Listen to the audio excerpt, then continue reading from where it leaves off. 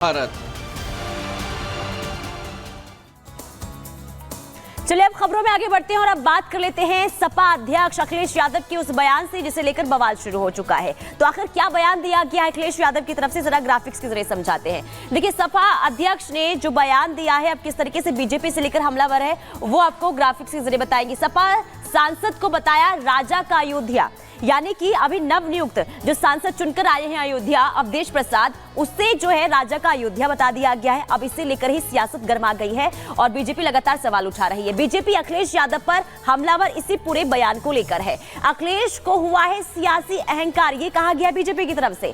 सेंगोल के बाद राम पर सियासत का आरोप लगाया गया है। अभी देखिए, कल ही सेंगोल को लेकर सपा के एक नेता ने जो बयान दिया था, इसे लेकर विवाद देखने को मिला। अब अखिलेश यादव का ये बयान, सेंगोल के बाद राम पर सियासत का आरोप अब बीजेपी लगा रही है। तो देखिए कैसे सेंगोल और अब जिस तरीके से कंपेयर किया गया है अवधेश प्रसाद का राजा राम से, इसे लेकर बीजेपी जो है एक के बाद एक हमला करते हुए नजर आ रही है सपा पर। और विस्तार से मेरी सहयोगी इस खबर को आपको बताएंगे।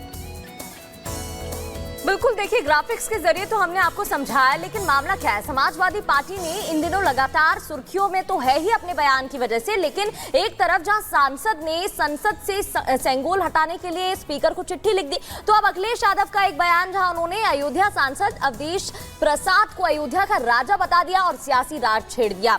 कौन है अवधेश प्रसाद? फैजाबाद सीट से सांसद है। क्या है मामला, देखिए रहे।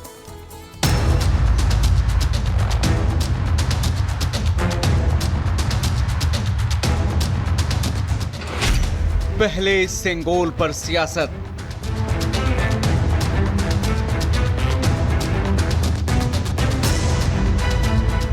हमारी मांग है कि अगर लोकतंत्र बचाना है तो संसद भवन से सेंगोल को हटाना है। अब राजा अयोध्या का पैगाम।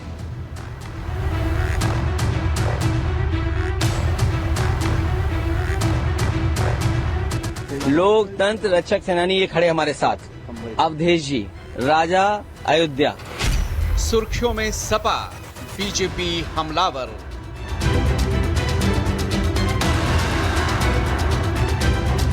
आज आप अपने एक सांसद की तुलना प्रभु श्री राम से कर रहे हैं। आप इतने बड़े हो गए 37 सीट जीतकर। एक ही राजा है, वो राम है। बाकी राम के अलावा मैं किसी को राजा नहीं मानता। सपा पर सवार सियासी अहंकार।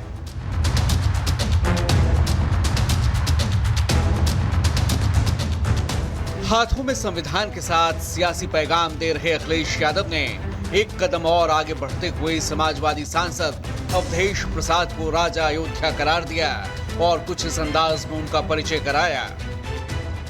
लोकतंत्र रक्षक सेनानी ये खड़े हमारे साथ, अवधेश जी, राजा अयोध्या। लोकतंत्र रक्षक सेनानी ये खड़े हमारे साथ, अवधेश जी, राजा अयोध्या। सुना आपने, अखिलेश अयोध्या के सांसद अवधेश प्रसाद को राजा अयोध्या बता रहे हैं, जबकि सनातनी लोगों के लिए राजा अयोध्या का मतलब सिर्फ एक है और वो है राजा राम।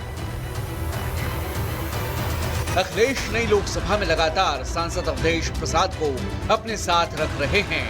अवधेश प्रसाद फैजाबाद से सांसद हैं, उसी फैजाबाद से जिसके अंतर्गत अयोध्या आती है। और अवधेश प्रसाद को साथ रखकर अखिलेश बीजेपी को ये सियासी संदेश दे रहे हैं कि देखो, बीजेपी राम राम करते हुए भी राम मंदिर के नाम पर भी अयोध्या की सीट नहीं जीत पाई।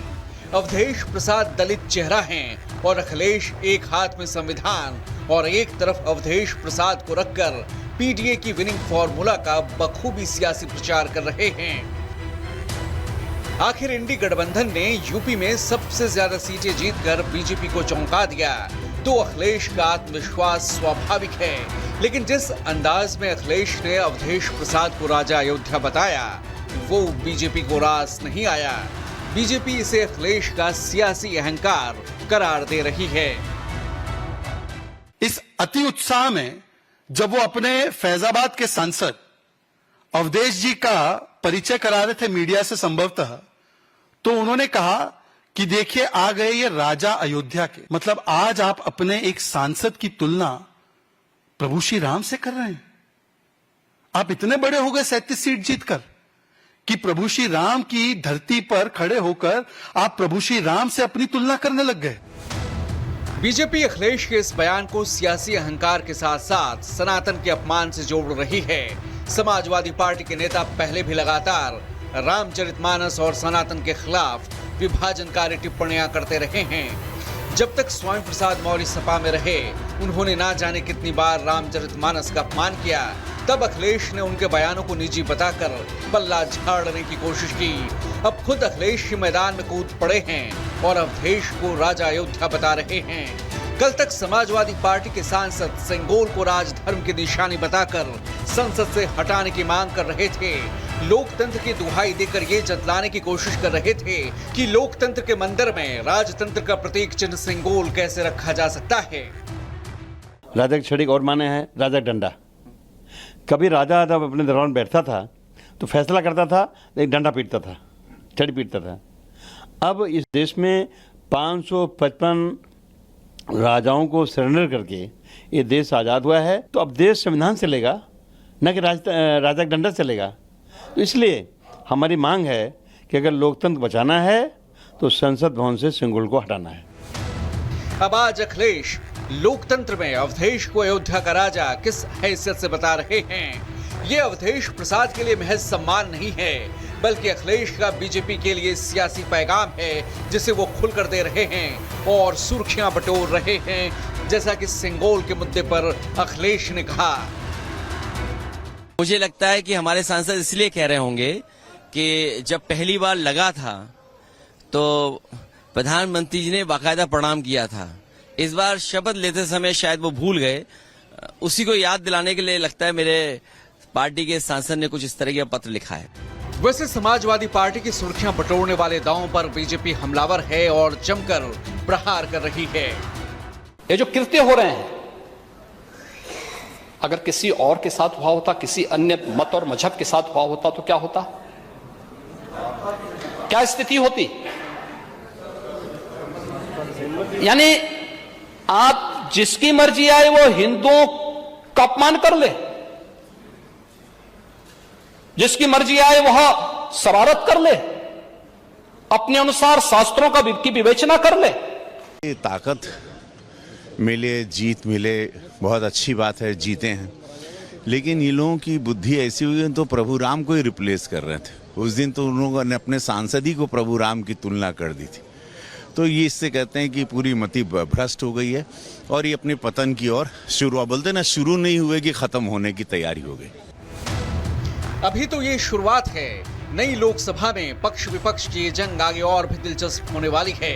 असली नकली चेहरे सामने आने वाले हैं और सांसदों और राजनीतिक दलों के मुखौटों के पीछे का सच जनता जानने वाली है।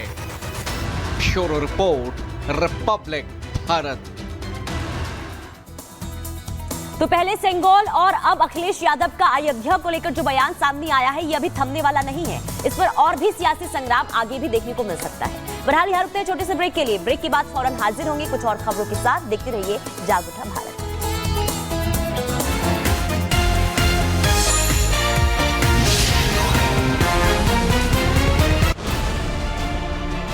जो चैनल रिपब्लिक मीडिया से मुकाबला नहीं कर सकते, उन लोगों ने परमवीर और वाजे के साथ हाथ मिलाकर हमें चोर कहा।